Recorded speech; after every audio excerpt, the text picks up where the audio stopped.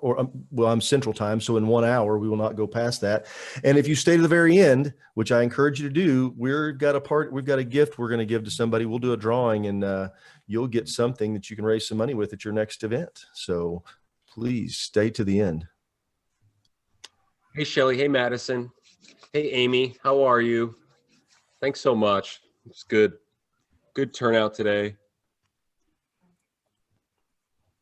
Yeah, I had a bunch of people saying, "Hey, you're going to record this, right?" And said, "Absolutely, just like we do every." Okay, well, I can't be there, but I want to get the recording. So they were going to be out of town, so that's cool. The bad thing is, she said, "I know that I won't be in the drawing though." Yeah, maybe I need to stop being a panelist so that I can win a trip. Yeah, you're permanently disqualified from that. Sorry. Yeah, we actually removed all the A's. It was really weird. Jason and I made that decision to remove all the A's from the hopper. So yeah. Sorry, everybody. So sorry to the other Amy you just said hi to. Yeah. It's the last time she's on. Right. I'm out. Okay, well, let's get things kicked off. Why don't you kick us off there, partner? Well, hey, thanks so much for coming. We've got a really cool topic about how you can leverage volunteers and supporters, obviously, to help you raise more money. We call it a DIY event. Amy kind of coined this and has created some really, really cool material for us that we're going to, of course, share throughout the webinar and then share afterwards. Obviously, you know the usual suspects, Jason Ledlow, myself, Trevor Nelson, and then our distinguished guest and panelist, and we're so happy to have her back, Amy Myers with Muscular Dystrophy Association. And as usual, Jason did mention we will be raffling off, quote unquote, or picking a winner of a travel item at the end. So stay till the very end. And per usual, please just give us any questions that are top of mind in the chat function. There's a Q&A function at the bottom of the screen as well. And we will get to all the questions like every week, and they're lovely, and we'll keep them coming. And we'll try to stump Amy and Jason with as much as we can. So let's all do that collectively and make it really, really fun and interactive. And we're just so thankful that everyone's here. Jason, I'll let you take it from there if you have any presentation stuff. And So, guys, thank you so much for joining us. We're really excited about this topic. One of the things that we all know, and I'm just going to do this because I'm going to pull Amy's slides up here. So I'm going to take Trevor off so he's not disappearing. He's going to be back there working the chat and bringing the questions in and stuff. So, all right. And I'll disappear here in just a second as well. So that way you guys can focus on what Amy's got, because that's really why we're here. But gosh, Amy, I know that you guys have dealt with this, everything going through 2020, significant staff reductions, and events gone and everything, but yet this is a way for people to leverage their volunteer and fan base, if you would, committees, to go out and create fundraising opportunities for organizations, right? Yep, that's exactly it. Nailed it. Wow, that was good. Okay, so if that's the case, then I'm just going to pop right into this thing and we're going to get things cracking. So you should be able to see the screen right there, and you'll see there as we go through. And please, guys, just so you know, we're going to send these out to you along with the recording. So if there's something that you miss, and what we started doing, and I just like a show of hands. Do y'all those of you that have been here before, does it help if I send the audio as well? Is that something that y'all care about, so you can just listen along and not necessarily watch it? Because I'm doing that because I know sometimes you can see it. So, okay, thank you very much. Thank you. So that means something that means you guys do want to get the audio as well. So I will definitely keep doing that.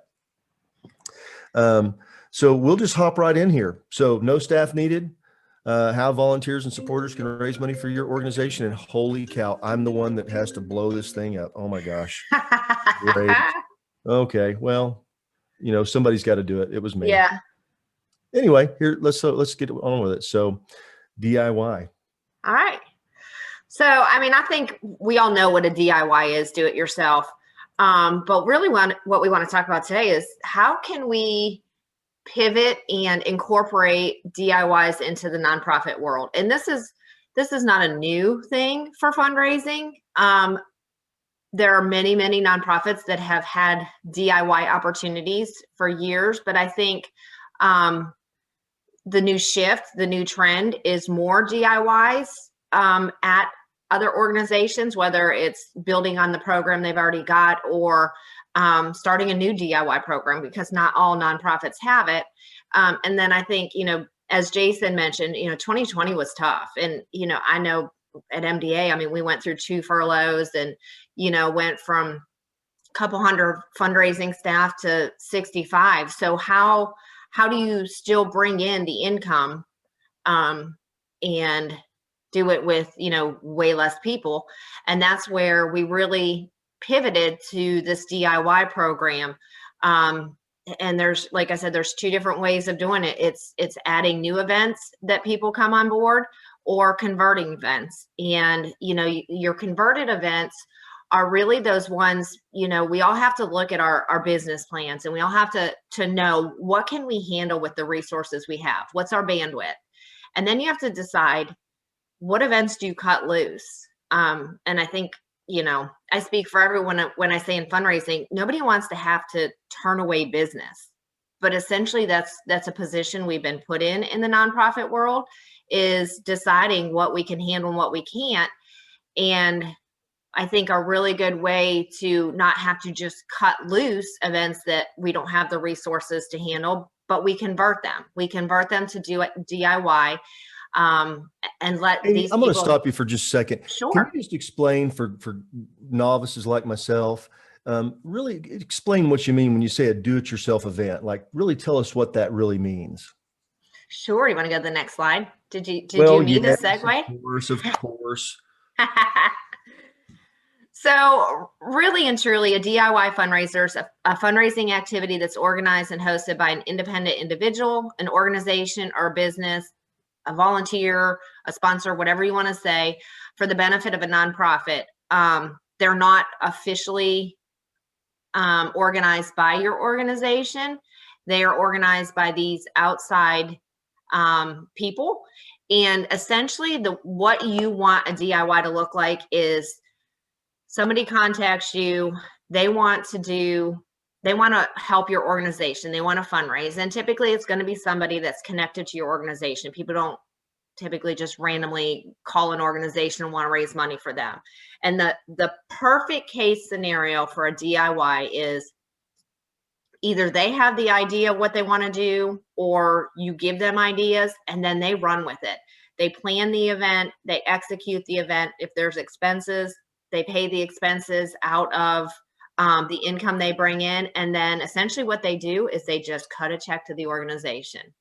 And that can be, I've seen DIYs anywhere from $1,000 to DIY events that bring in $80,000 or $100,000. And it is essentially, they do the work and they just cut your organization a check.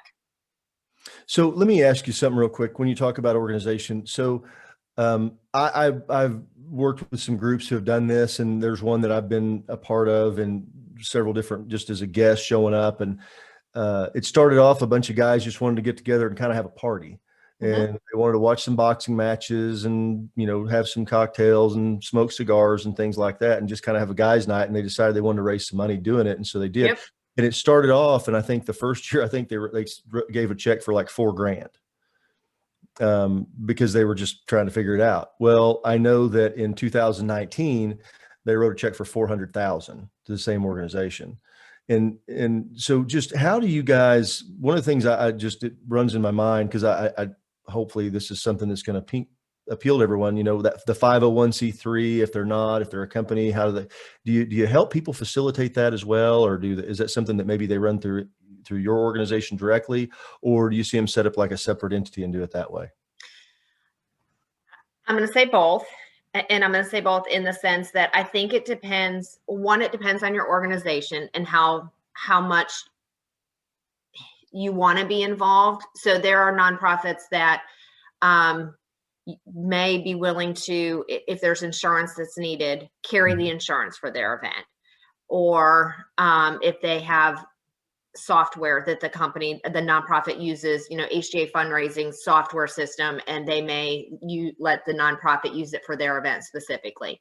But Otherwise, no, they would just do it on their own, but they don't have to become a 501c3. They Okay. can just essentially they can open up a checking account, Mm-hmm. and it can't be, you wouldn't want them to put it in the organization's name. You would want it in their own name, and they would just, collect the money there, and then same thing, they would pay the bills out of that account and then just shoot the net profit over to the organization. Okay. It really comes up to, and I was going to talk about this a little bit later, but the other piece of it is, you need to set up your DIY program for what fits best for your organization based on the resources you have. So we've kind of set up different parameters in that if it's, less than $25,000, they really kind of go do it on their own. Mm-hmm. Once they hit a $50,000 market, then, and we do some stewardship along the way based on the size of the event. And that stewardship is essentially just checking in with them, seeing if they have any questions, kind of giving them a little bit of guidance. They're still doing all the work.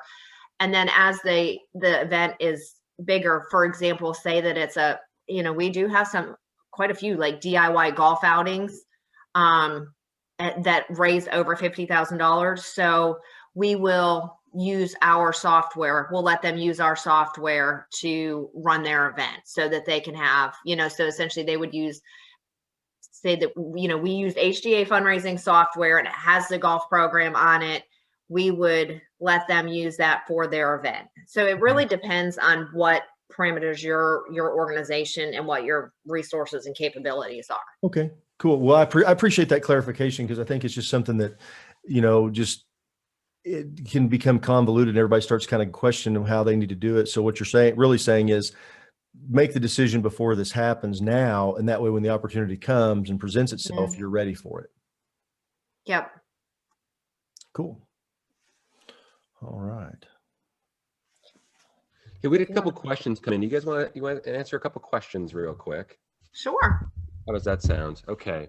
So we had, sorry, Jason, I just. No. That's what we're here for. Yeah. So Patty Smith, I mean, I kind of know how to answer this, but Patty Smith, is this like a peer-to-peer event, she said, or asked?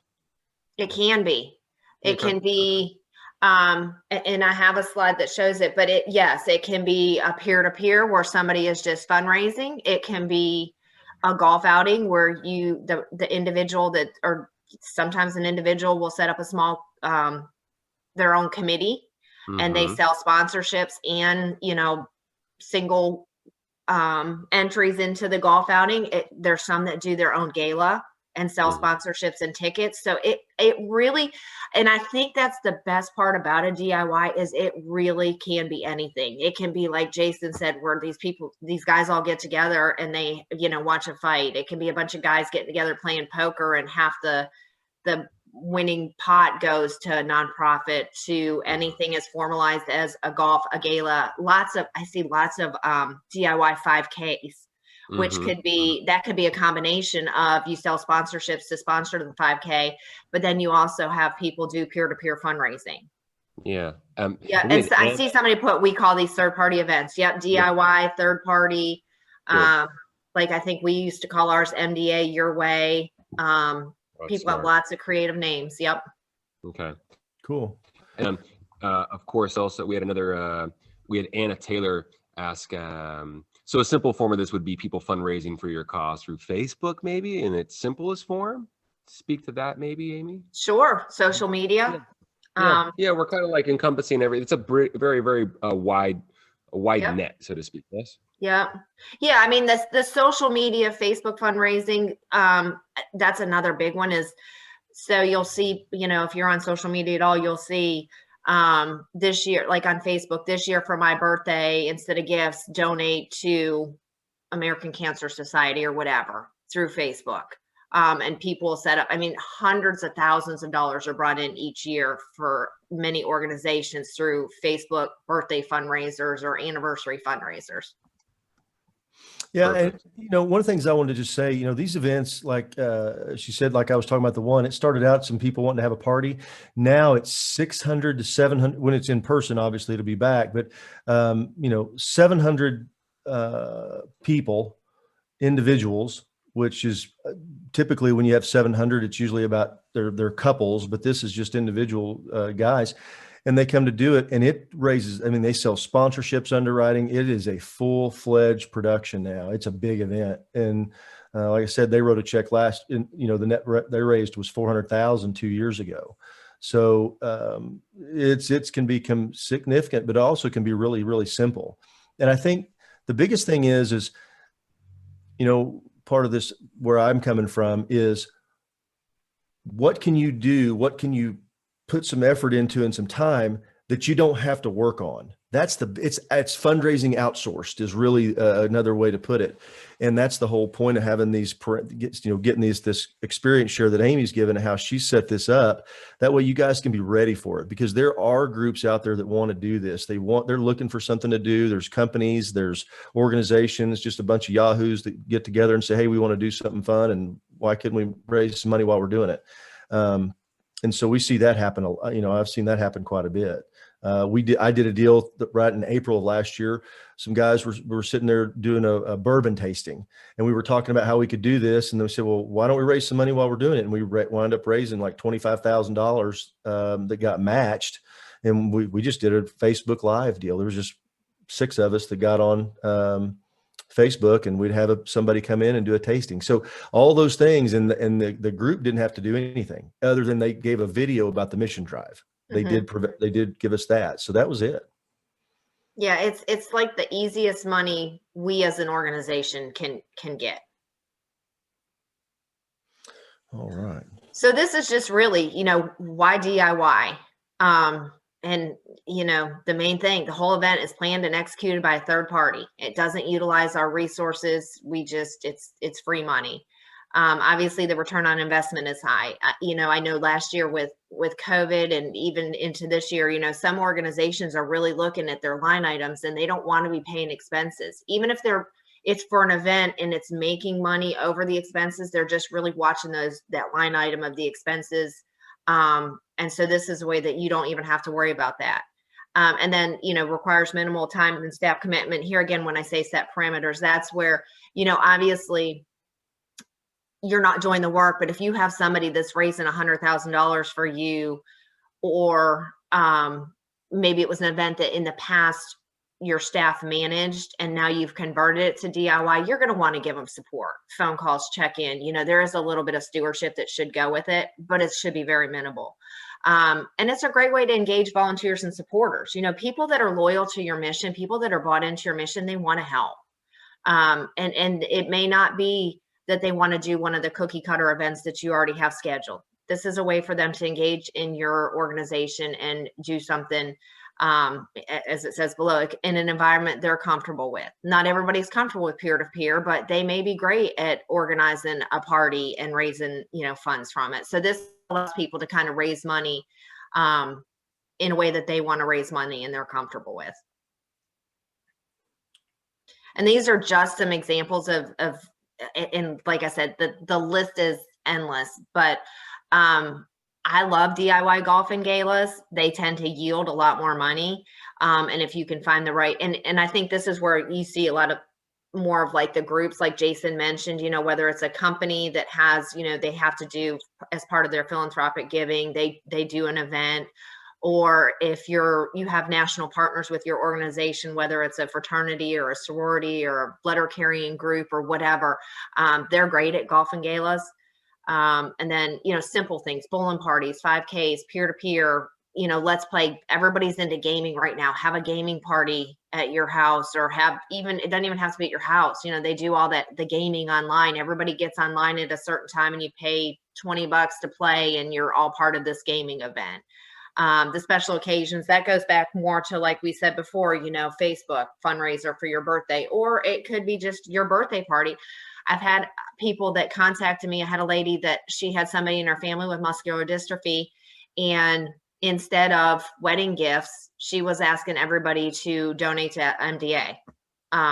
So there's lots of ways to tie in that. Then wine and cheese party. I mean, the list goes on. And this is a way for people to be creative. It really is, and do what they're comfortable with. And so then, where do you start? If you don't have an already existing program, or you maybe have a small program, but you want to build on it. My recommendation is you put together some type of toolkit. And this can live, you know, on your main website. Maybe it's a link that goes to, you know, how can you help? How can you get involved? And it goes to like a DIY or MDA Your Way, or whatever you know, whatever you want to call your third party program.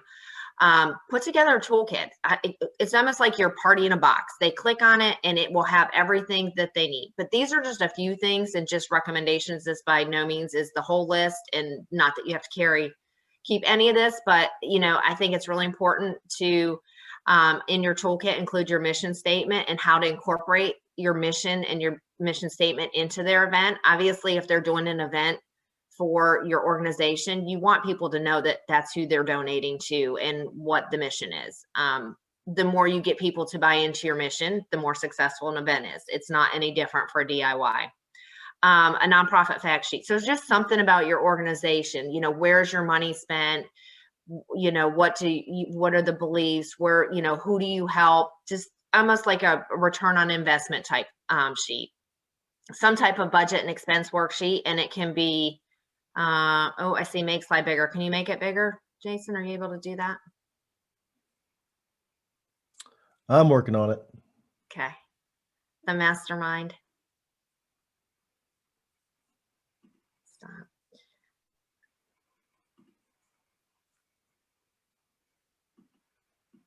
Uh-oh. Okay. There we go. Nice. Some sample sponsorship opportunities. I mean, to me, any event you do can have sponsorship opportunities. And typically when somebody does a third party event or a DIY event, they're going to do it in their little community. And there are always local, you know, businesses that will sponsor events like this. It might look different. You know, it's not your gala that you're showing $25,000 sponsorship. It's a 5K that somebody's, you know, doing $1,000 sponsorship, but still give some sample levels and some different benefits that people can get for sponsorship opportunities. And then I love for DIYs, them offering underwriting opportunities. So these are some kind of necessities, I think, for an event. You know, if it is a golf, a gala, anything like that, and you need software, you're going to want to recommend that they have software. You're going to want to recommend what company. And like I have down below, you know, like we would put specifically in our toolkit, not just that we recommend software, we're going to put, this is our recommended software kit. We're going to use HGA fundraising because it's tried and true and we know that it works. Golden ticket opportunity. If any of you guys have been on any of the other when they did the golden ticket, different webinars and stuff through. And if you haven't, I suggest you talk to Jason and Trevor, because the golden ticket is a great way to add, you know, $10,000, $15,000 to an event, and anybody can do it. And it really, truly can be tied into any type of peer-to-peer event. And it can be underwritten. So they don't even have to worry about, you know, paying the expense or whatever. You just get somebody to underwrite it, and they get their name as part of the golden ticket and sponsoring it, and companies love it. If you want to have a silent or live auction, get somebody to underwrite it. You know, and then if you can get committees or, you know, friends, neighbors, whoever, if they can get people to get silent or live auction items, great. If they can't, then this is where you have your you recommend HGA Fundraising as your consignment company. You know, you want to not just put in there, you know, you want to do this, but you also want to guide them to who you recommend. Who do you use? Because people don't want to have to do that research. They don't want to have to, you know, take the chance that they're going to use a consignment company that they get burned on, or they use a software company that is, the software is not user friendly. So you want to make sure you give recommendations. They can underwrite like the Cabo Caribbean craze, which is huge right now with HGA fundraising, and everybody is going on vacations. And if you haven't been on Facebook and you haven't seen, everybody is in like Cabo and Dominican Republic and wherever for spring break. I promise you I feel like that's where everybody's been the last 2 weeks. People are ready to travel. So this is the time to incorporate travel into whatever event they have.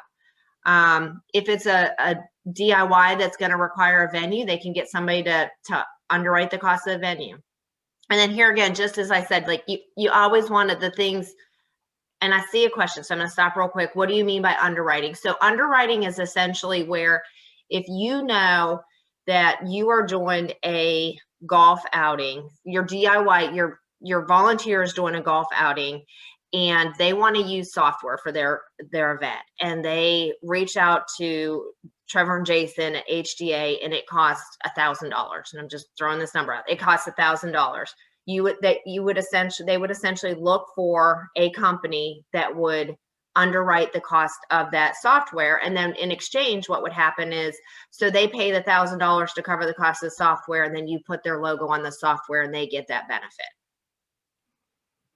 You know, I want to just mention something real quick, just as far as the underwriting and sponsorships. One of the things that we're seeing more and more, and I know Amy's a big proponent of this as well, and I've just seen continue to grow, is whenever you're looking for people that want to give money, they want to donate to your cause, they believe in your mission, they've come, they're part of a group. This is a great way for you to get people engaged at a whole nother level that might not really want to buy a table to a gala. And you don't have to have a gala. That's her whole point. They're going to be able to come in, give at a higher level, immediately have immediate impact because they get that leverage. You know, like we talk about a golden ticket. It's $19.95. And if you just sell 100 tickets for $100, you net $8,000. If you get it underwritten, you net 10. So that's what, and we have clients that do it all the time, and they're getting it underwritten for $4,000 or $5,000 because it's a big production and they're able to get a lot more value. So, you know, those are just really sponsorships, underwriting. I recommend, and I tell every client that I have the opportunity to, put a number on everything. Do not underestimate. I literally have a client in Texas that underwrites the bathrooms. They get somebody, they give $4,000 to put their name on a sign in front of the box, says refreshing stations brought to you by ABC company. And it's one of the first ones that's done. And I swear to you guys, I turned this stupid thing off. So, oh well. So that's an automatic disconnect. Yeah, I know. I'm taking myself back off. Thanks, Jason. Time for the slide. Yeah. So, I mean, and Jason's right. You can sell anything.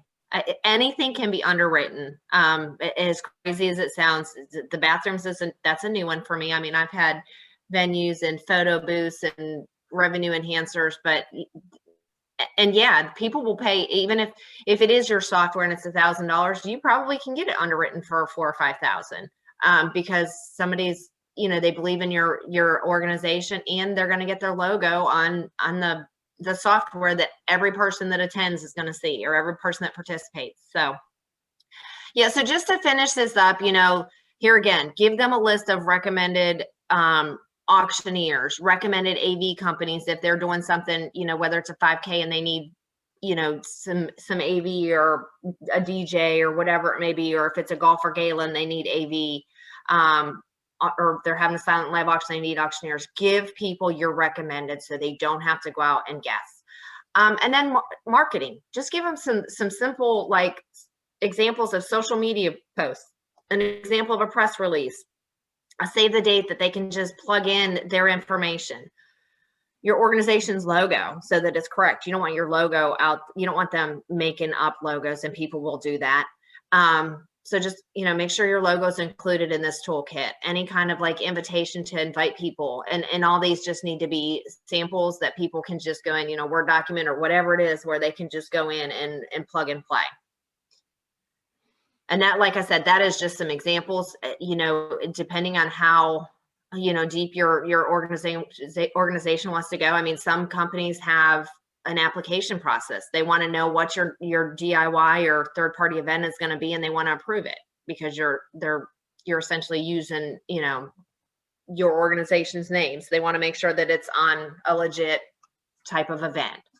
You may have, you know, other types, a timeline that helps them plan their event. You can put whatever in toolkit. I mean, you don't want to overdo it, but sometimes more is better. You want it to be, so this is their resource. They look at it, they have everything they need to go run and have this amazing event where they then turn around and cut your organization a nice big check. And I think one of the things that, you know, comes through this is if you set the curbs before they start the event, then they understand the boundaries. What you don't want to, obviously I would want to avoid is where you get somebody, they're excited to come in, they take off down the road and they're ready to go raise some money. They're excited. They've got their committee together. They've got all this, these resources they're pulling in. And every time you turn around, you're telling them, no, can't do that. No, you can't do that. No, because they don't have any guidance. And, you know, if you just lay it all out there, say, hey, that's great. We want you to be here, but here's just some things that we have in place. And this is just, you know, for our organization to help you, to guide you. Well, then it's a really easy conversation because they know what the curbs are. They understand what the boundaries are prior to that. So, well, I think too, Jason, like as you know, once these guidelines are in place and if you have once you have a DIY program, whether you're just getting it started or it's been in existence and you're building on it, eventually what happens is people organically do events for your organization. We just got a call yesterday, the KAs, a fraternity, they're having a golf outing Saturday, wanted to let us know that they're having a golf outing Saturday and they'll mail us a check next week. So like, as you build it and you have information out there, organically people will just do fundraisers and just send you checks. Okay. I've got a question because, you know, your MDA is big, everybody knows, you know, you mentioned it's just on the website. So if I'm running a small nonprofit, and I say small, just, you know, that we're just a single organization, we don't have a bunch of chapters and things like that. And I want to put that together. So your recommendation is just put it right there where people can see it. Yeah. So right if on they every nonprofit has a website. Mm-hmm. Yep. Just and put it right there so they can go get it and take it. And they just call you up, like you said, hey, we're going to have this golf tournament, by the way, and we're going to send you a check. Yep. Okay. And it's also, I mean, there's that way of approaching it. And then there's also, like I said, when you're looking at your business for the year and you know that you don't have the resources to carry out and execute every event that you maybe did in 2019, that's when you start having conversations with those individuals and say, you know, we don't have the resources to do this event, but we have the tools to help you execute this event as a third-party DIY. I mean, converting, you know, you want to, in any nonprofit, you know, I think years ago, most of us had like the resources where we could spend time on events that were raising $5,000, but nowadays we don't have the resources it's just not a good use of time. You're just not getting the most, you know, juice for your squeeze. So that's where you have to either cut that money loose or find a way to convert them. And this is, you know, having this in place is a great way to convert them. That's great. I'm going to just jump to a question that I have, I think probably. So if I don't have a DIY, or, you know, if I don't have anybody knocking on my door, how's a way I can reach out? I know you touched on that, but what would be like the first piece? I mean, to get the cart before the horse, what's your recommendation? Do I just, you know, wait till somebody comes along and then try to go along? Or do I just maybe set a basic piece in place so I am ready? Is what I think. Yes, I would look at what can my organization handle? You know, can it handle only, like, we don't have the staff and the resources, it can only be third-party DIY, like just do it all on your own? Or can we set up a DIY program where we have, you know, different levels where we can give a little bit of support and then start kind of building that program as to what works for your organization? Because what works for my organization is not going to work for every organization. Mm-hmm. There's other organizations that have huge DIY programs, you know, the American Cancer and Heart and St. Jude's and some of those that have huge DIY programs. So a lot of what they do is not going to work for my organization. So it's really, you have to build it. You have to build, you know, that look at kind of design. What do you want it to look like? Set a goal. What would you like the income to look like in the first year, second year? You know, do maybe a 1 year, 3 year, 5 year plan, and then start working on that toolkit and putting together what resources you think will make your party in a box for people to easy and ready to run with. Okay. How about some questions out there? I know we've got to be having some cues coming in, some questions and everything. So please, you know, just hit us with that either in the chat or under there, because you've got a tremendous resource available right today with having Amy here. So please ask away. and we'll keep things rolling. Amy, like, what are some pitfalls and problems that you've seen that maybe, where you've seen organizations or experience you've had where somebody stubbed their toe by doing this, like some things that maybe to avoid? I mean, I think the biggest thing is really when I talk about building it is looking into things like making sure things like if insurance is required, who's going to handle the insurance, who's going to sign a contract. Lots of things require contracts signed. Well, who's going to sign those contracts? Is it going to be the individual? So just really like the logistical detail / legal part of it, knowing how that's going to be handled, because it will come up. Okay. So make sure that you get the contracts, because like you said, if somebody's signing a contract, who's going to be on the hook for it? Is it going to be the organization, or is it going to be the individual or the group, if you would, that's doing that? Okay. So that makes sense.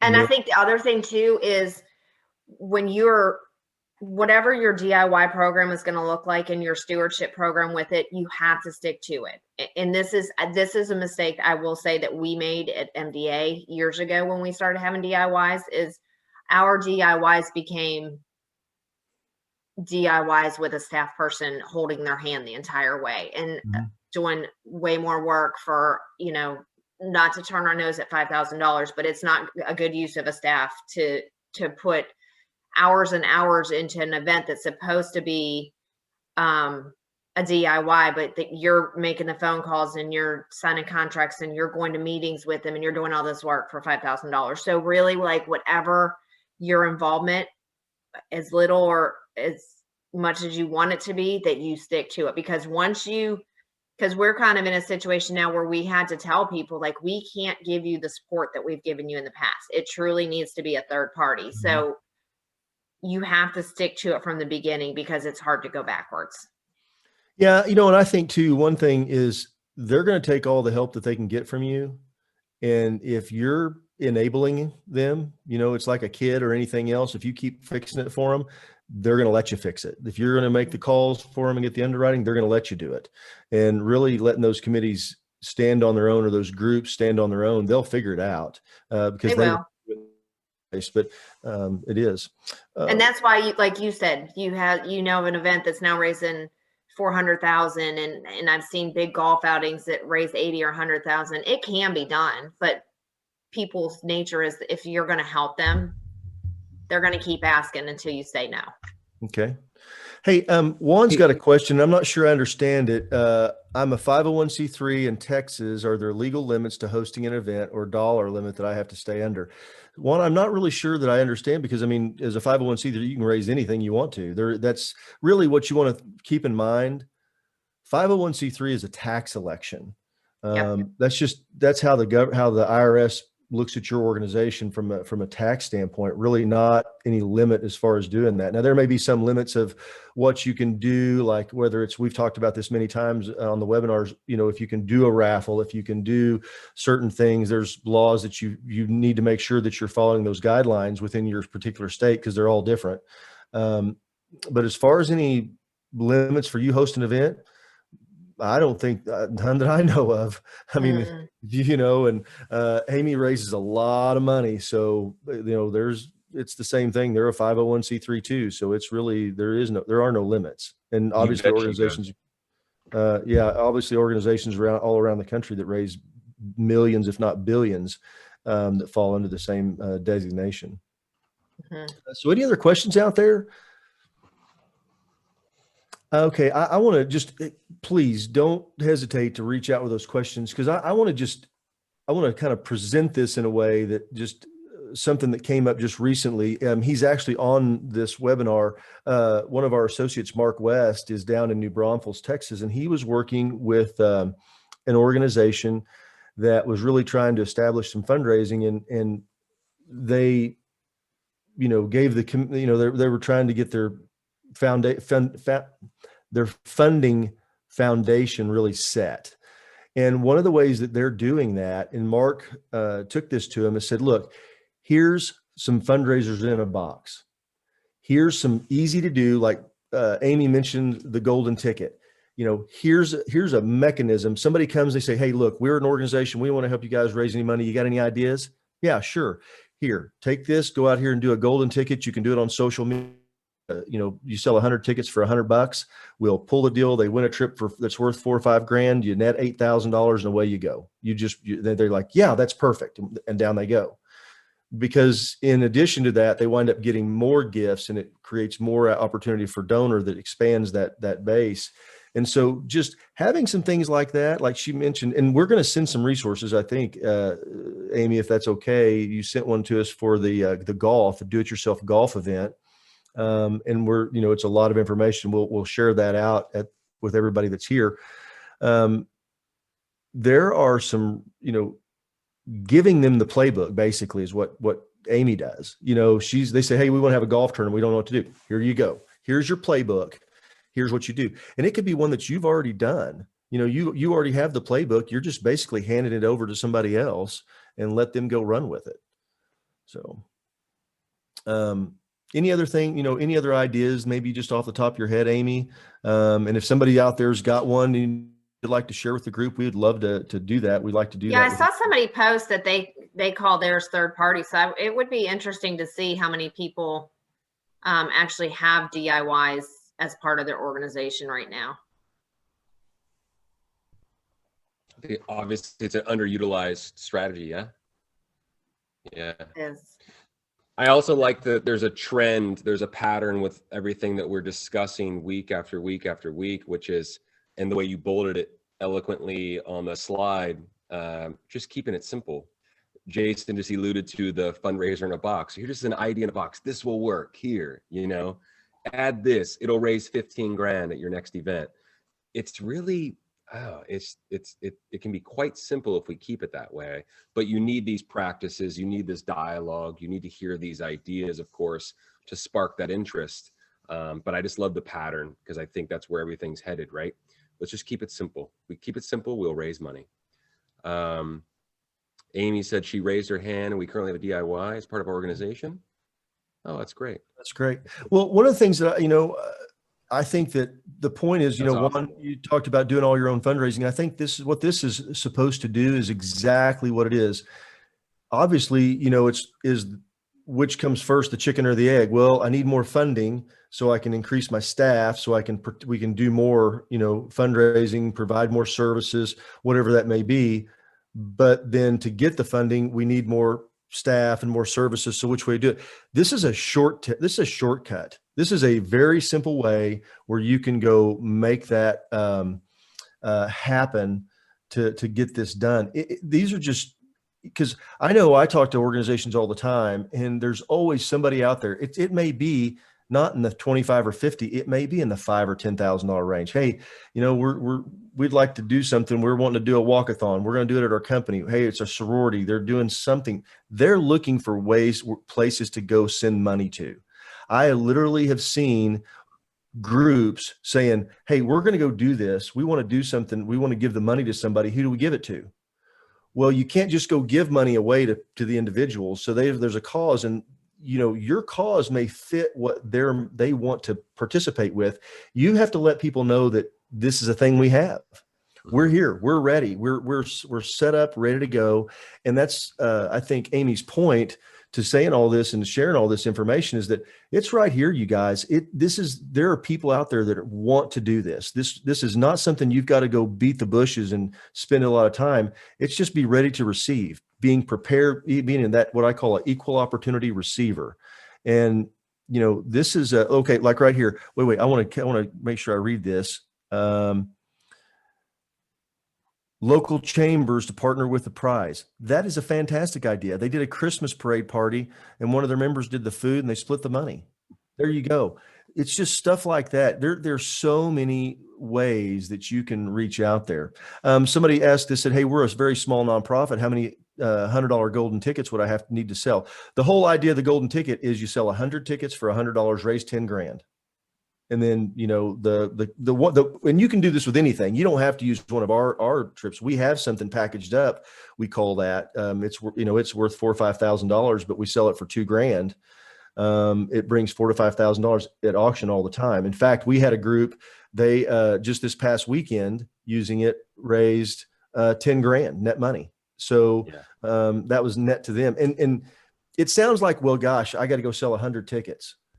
If you've got 10 people that know 10 people that want to, you know, are willing, that's the whole thing. It's just a strategy that works, and we do it all the time. You could put the golden ticket on Facebook, put the golden ticket on your website, put it at the top of your auction site with the ability to purchase one.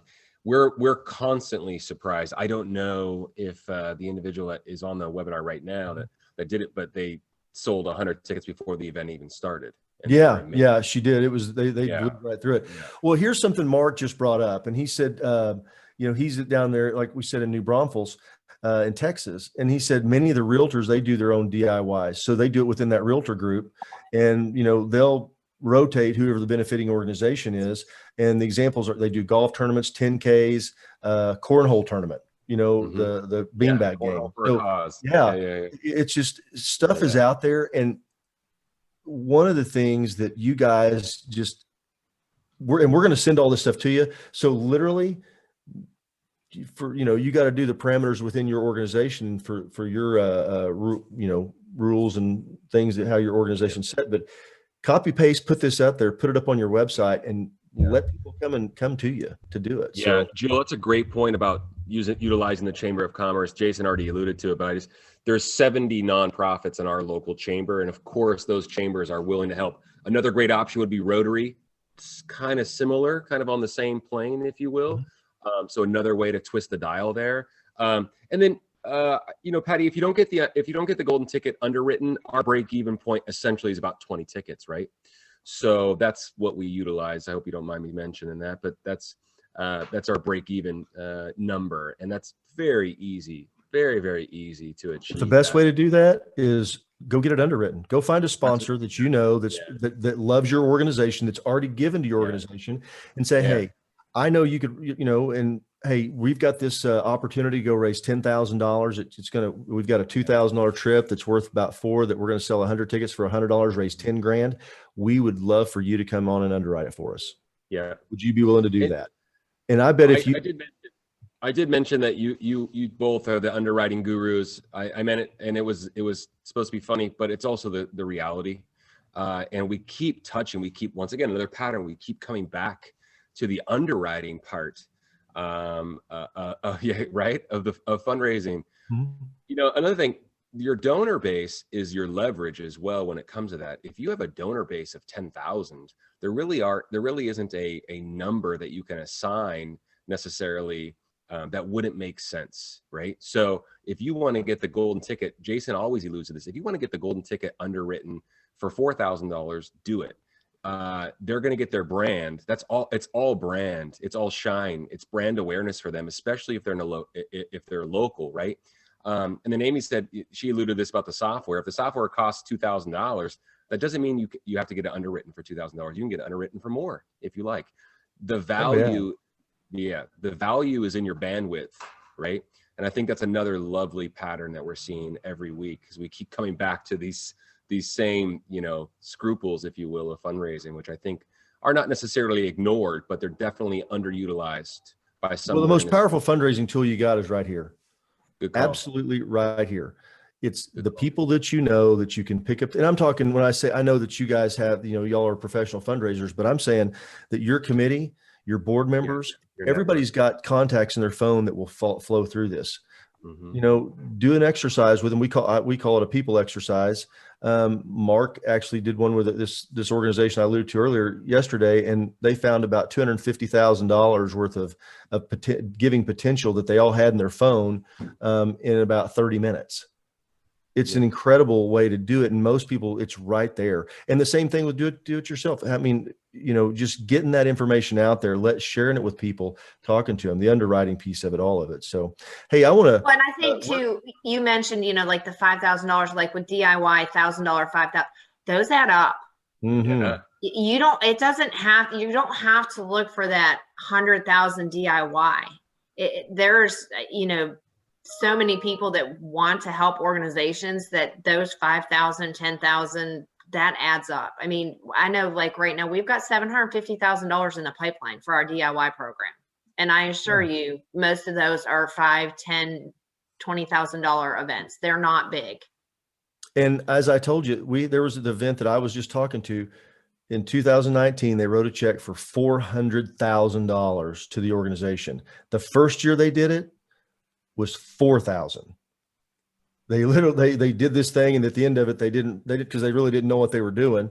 And they paid all their expenses. They're like, well, I guess it's more than what they were going to have. And they were tickled to get it. And it wound up becoming this, this thing because everybody got together and said, let's go. Let's do this again and again and again. And so it's been really good. So, hey, we're wrapping up on the end of it. And I want to make sure we get to any questions.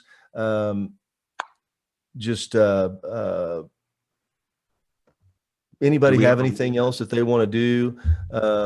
Let us know. We want to answer those questions. Obviously, Trevor put our emails out there. You can reach out to us.